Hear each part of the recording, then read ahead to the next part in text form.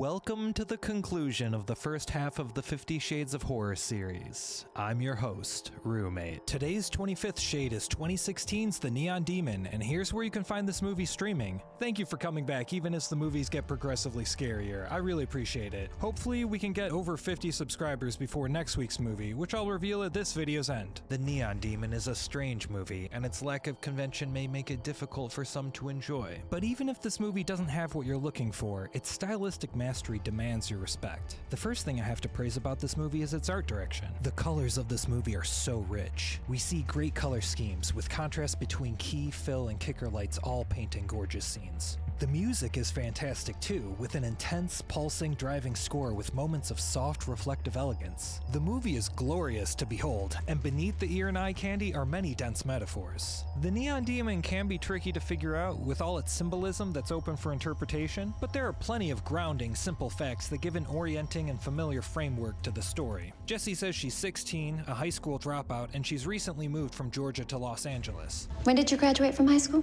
I'm actually still kind of working on it. What do her parents think of her sketchy path? They don't, as they're both dead, if we are to believe her. Don't think or just don't care? They're not around anymore.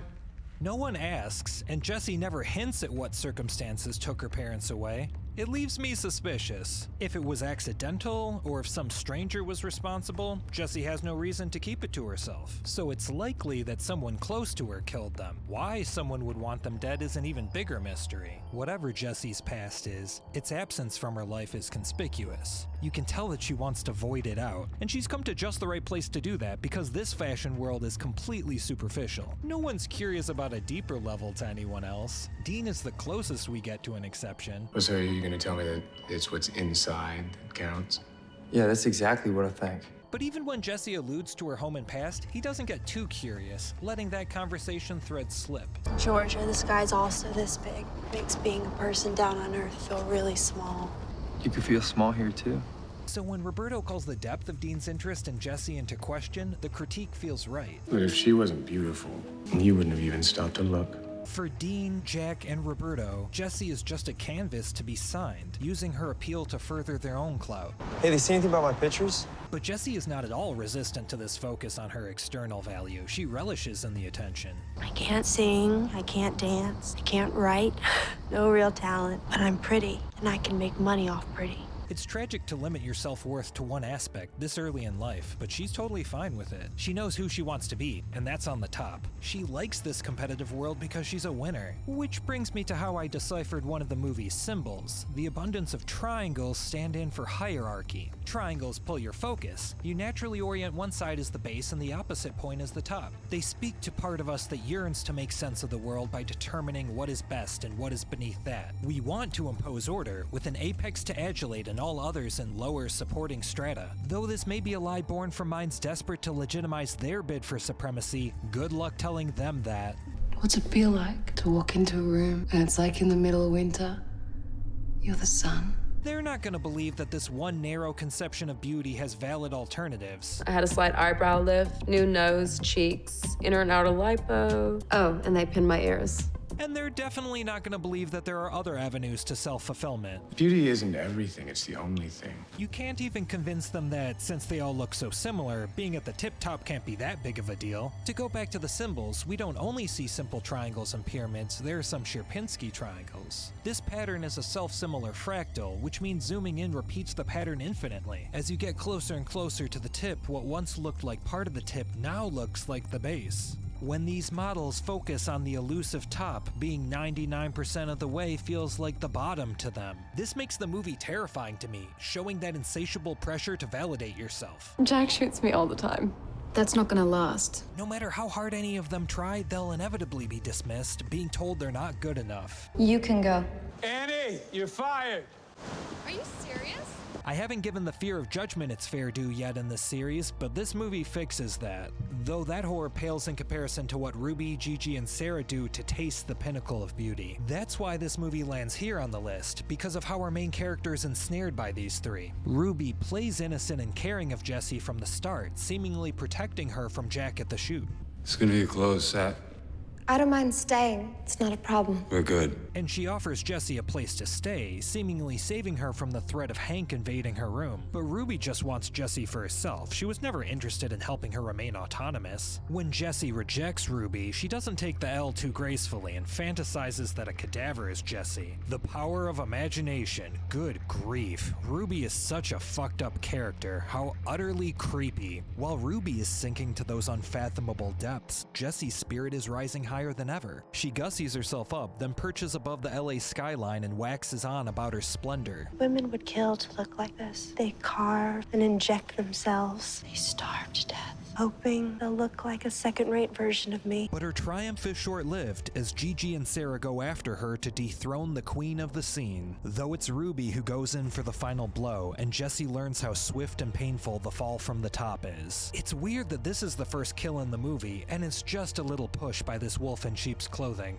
You'd think that there'd have to be more to make it middle of the list scary, but it's so brutal, and it's the main character. She was never safe. Her ascent to stardom was always doomed, so alone and fragile that she was bound to crack. There's almost no retribution for killing Jessie. Ruby plants Jessie's body in a garden and dreams over her grave. She seems pretty content with the whole experience, apparently revitalized and inspired at Jessie's expense. Gigi and Sarah both try to replace Jessie as the model Jack is obsessing over after they consume her. You ever had a girl screw you out of a job? Yes, So what'd you do about it? I ate her.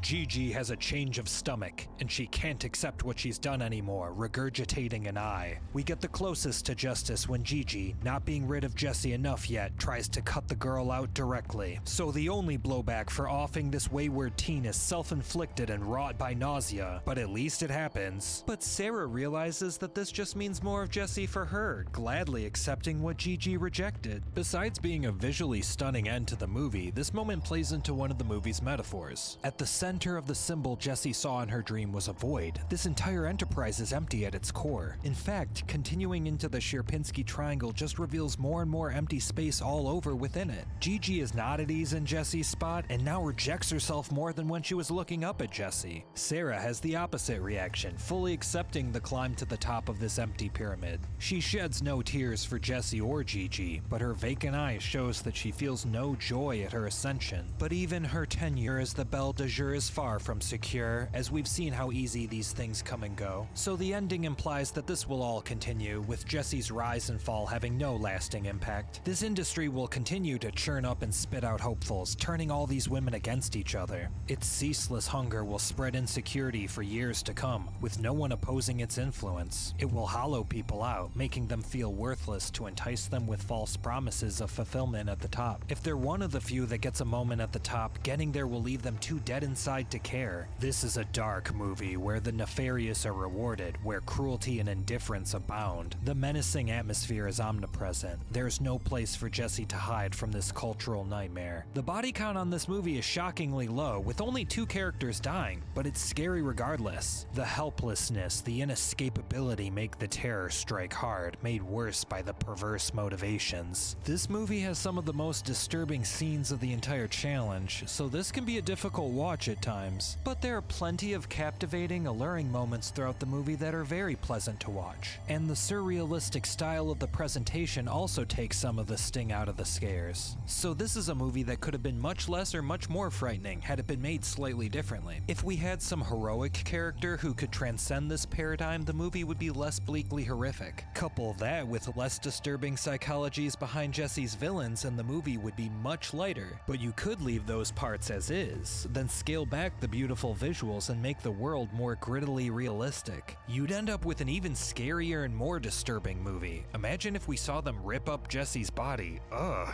So this fits nicely in the middle, as a movie of hypnotizing beauty with flashes of extreme terror. My recommendation for another review of The Neon Demon is from Found Flicks, a channel that explains movies. It's a great place if you want some help making sense of more opaque, interpretive movies like this one. In this clip, Chris suggests an interesting theory about about one of the movie's weirdest moments. She finds that there's some thing in her room. After getting help from motel manager Keanu Reeves, they discover it's a wild cat. I think this is one of the witches in animal form. This is subtly hinted at later in Ruby's house, where we see other taxidermy animals. For more on this magical angle, go check out Foundflix's The Neon Demon Ending Explained. The link's in the description. Next Saturday's movie is one of my favorites from the year 2000. It's American Psycho. Here's where you can find this movie about the typical life of a yuppie available for streaming. So for now, I'm just leaving. I have to return some videotapes. But make sure you like, comment, and subscribe.